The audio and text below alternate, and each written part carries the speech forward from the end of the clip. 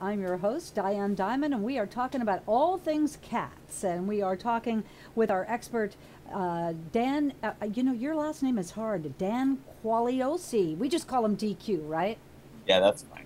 That's fine. He is our cat behaviorist, and he's calling in from San Francisco, California, where he runs a company called Go Cat Go. And please go to his website. It's very informative, frankly, and I love some of the pictures there. Did you stage those pictures, DQ? I think you must have, right? Charlotte, yeah, had a friend with a really beautiful apartment that totally fit what I was looking for. So That was pretty cool. Hey, we have a caller, I think, on the line. Her video looks a little sketchy, but we're going to see. Hey, Sarah Brennan, you're calling in from New City. Can you hear Yeah. us? Hi, Sarah. Have you got a question for DQ? Yeah. Like, why, if I try to, like, close my door on her and, like, don't let her out, why would she, like, not like that? Why does the cat not like to be ostracized? Come on. Why doesn't she love me? so she's in your, you want her out of your room, you close the door, and she's trying to get back in, or what's going on? Like, the flip side. Like, She doesn't I don't want want her to, like, I want her to, like, come cuddle with me, Oh, but I she's see. just not having it. Well, it goes. One of the themes of what I've been saying, in this whole interview is like cats operate on a free will decision making plane. So if it's not up to her in that moment where she's not walking in the door on her own accord, coming up to you, settling down next to you, it's not going to happen. When it's you saying, "I want you to cuddle with me right now," I guarantee she's not going to want to do it. Now, why are Yeah. cats so contrary like that, DQ? Wouldn't that you think Yeah. that they would want the warmth of Sarah and get in bed and cuddle? But Yeah, but they want it when they want it. That's it's as simple as that. It really is down to the base of you're a warm place to sit, and when you start to move and squirm and they're on your legs and your legs start falling asleep, and then they start getting agitated. It's more about the location and the social aspect of being with you, who they own, and when you make the choice, like I want you now, if it's not their decision at that time, it's just not going to happen. hey, Sarah, show us your cat. Introduce us. Who is your All cat? right, I'll try to get her right now. I have Okay. her locked in my room. Oh, she's locked the cat in her room right now. DQ. No wonder the poor cat wants to get away. Yeah. Is there Find any way to like lure a cat in, like with catnip Yeah, or how can I, something? like, Watch your name's leash. Mercy. Oh, look at that kitty cat. What's a cat's name? Mercy? Mercy. Mercy. Your cat She wants just turned mercy. a It year wants old. out of your room. It's ironic that you're at her mercy all the time. Yeah. My friend named her. Sarah, how old is your cat? She just turned a year old, on Tuesday, the 14th, or Monday. So DQ, is there a chance to train that's a pretty young cat? Could you train this cat to be more like what you want to be if you use catnip or treats or something? If you truly want her to stay in your room, then there has to be some really awesome crap unfolding when she's in there. I mean, you got to really have some some rewards and food and Like a as much fish as tank possible. with fish in it running Yeah. around? Anything you can do. I mean, like, just get her to have reasons to stay. If she'd rather be, goofing off outside your room down the hall with something else, then you have to allow that to happen. But Yeah. when she's in there, like, give her reasons to come back. Now, see, folks, this is the kind of great advice you get here on Talk Center America. You got to have a great crap going on in that room to Good keep crap. the cat in there. Hey, I want to give a shout out to Miami to Michael Siegelman. Now, I know you're watching, Michael, and I know you have a cat, and you should call us here at Talk Center America. That's just a simple Skype address, Michael. Michael Siegelman in Miami. Give us a call. Happen to know that you're watching. Anyway, DQ, would it help perhaps if we got like another cat for this cat, for Mercy to play with? Would that help? Sometimes that it's not going to help her want to be with you more if that's what you're looking for. I mean, it's a nice distraction. I most of the time will recommend somebody gets another cat to fill in the gaps in maybe activity or companionship that you're not able to fill. But in this case, if what it is like you want her in your room and it's like okay, you're confined with me right now for the next hour. We're going to hang out, and she doesn't want it. Another cat is not going to be the answer to that. Yeah, whether you like it or not. All right. Well, good luck, Sarah. I'm rooting for you, babe, but All right. Thank you. I don't know that that cat's going to change its stripes, so to speak. So, DQ, I want to ask you just some questions. Okay. Questions that I have about cats because unfortunately, my cats are older now, and I think that maybe I'm going to have to help them go to the next plane, as they say, especially my poor Miles cat that has the brain tumors. But I have questions about cats that are very simple. What do you do with a cat that when you pet them, they bite? Can you help me with that? Yeah, it's easy. Stop. Stop petting the cat. It's Stop petting the cat. That's the, okay. when cats are biting. Are you getting this, Sarah? Stop petting the cat if it bites you. Okay. No, let me elaborate a little bit. So, Okay. before you are bitten, there are going to be some body language cues that happen. There are going to be some verbal cues that the cat does. It seldom happens without any warning.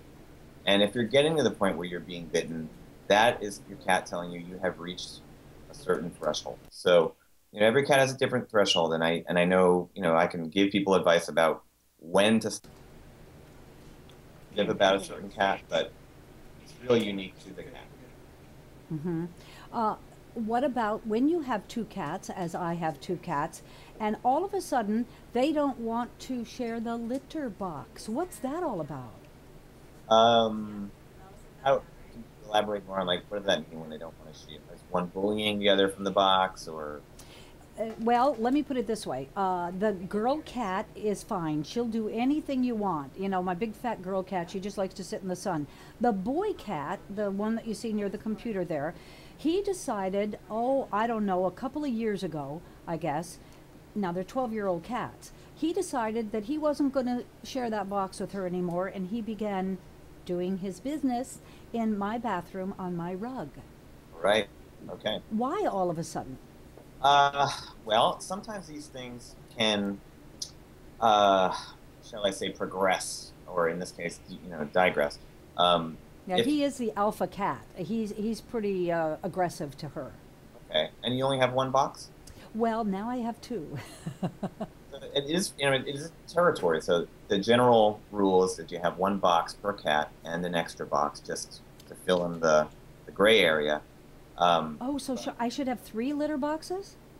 We all live in small places usually. So if you can spread out a third box somewhere in between the two. It definitely helps. Mm-hmm. As far as it, becoming a point where he's going on the bath mat, it can also be that the litter box you are providing is not up to his preferences. So sometimes cats will pick out a different, substrate. We give litter. Because we buy the litter, we expect them to use whatever we give them. Right. It may not feel good on their paws. The box could be too small. You could have a cover that's too short. It can be in a crappy location. There's so many reasons for a cat to just go, you know what, this bath mat is going to do the job. Yeah. So. And it wasn't even a bath mat that I could easily wash. No, it was a plush, really thick, luxurious. Yeah, but usually go for something that's absorbent. It feels good. Yeah. If it could be, and this is just a long shot, that you have way too much litter in your litter box, and if you have two cats sharing it, space gets compromised after a while. They're going to go around the perimeter of the box. Mm-hmm. It's a minefield. There's nowhere to step. It's not going to be poof. I need to clean it out more. Well, I'll tell you what happened. My vet told me he's obviously, marking his territory on your plush rug. So get him a separate box that he can call his own. And I put it downstairs in a bathroom we hardly ever use. And he's happy as a clam now. There you go. So, listen, I also wanted to ask you about this. I was thinking about cats a lot in preparation for this show today, and I was thinking how, when I was a kid, who was it? It was Felix the cat, and then it was Garfield. We've had all of these mystical cats in our lifetimes. Cat women in the movies, and some crazy people even want to look like that, like a cat. I mean, that's Joycelyn Wildenstein. She's kind of famous around here in New York for well, trying to look like a cat. But my question is really, DQ, they're so mystical and they're so magical, but they're they're regal and they're scary all at the same time. How would you describe cats? Because I know somebody who is, like a big brave Marine, like a big military guy, who told me today that he was scared to death of cats. How can that be? Well, yeah, they're not obvious creatures. They're not creatures that the best I can do is compare them to dogs because that's what everybody does. Yeah, It's like right. a dog or a cat person, right? Dogs, they throw everything out on the plate. It's right out in the open. Their intentions are obvious. They work for you. They work to please you. They're so Cats, glad to see you. Their tails wag. They lick your face. Dogs are fabulous. they will work for you. Cats want you to work for them. So if you have, they're hard to read, and I think that's what scares people. They're hard to read, and when it goes south, when you've crossed the line in the wrong way, they can scare the bejesus out of you. I've been scared by some cats. I mean, I go to some houses where I am Really? physically expelled from the room by these cats. They don't like strangers. They don't see strangers much. So I don't know. To answer your question, what's mystical about cats is that they're there's a lot going on beneath them, and what it is truly nothing. And I think that's the difference between us and them, is that they truly know how to be. They are in the moment creatures, and we are human beings that go into the past and the future more than we do the present, and I think that's what screws up our relationships. Well, and as you say, we can learn from our cats, can't we? Absolutely. Is your cat calling you? What's happening? I just wanted to show you this. This is That's darling. What is that? it's a little cat Buddha. Oh.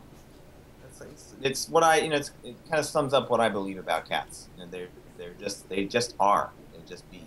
And I think that's where we should probably take a lesson from them. And that is what's confusing to some people, is that they just can't figure out how they operate. It's not that obvious. Yeah, well, I'll tell my friend who's scared of cats to go get a Buddha cat and say a prayer to that. It looks like a candle. Very cute. Very cute. Yeah. So you said, I have to add one more question. You said that you have been physically afraid of some of the cats, that you have been called in to be their guru.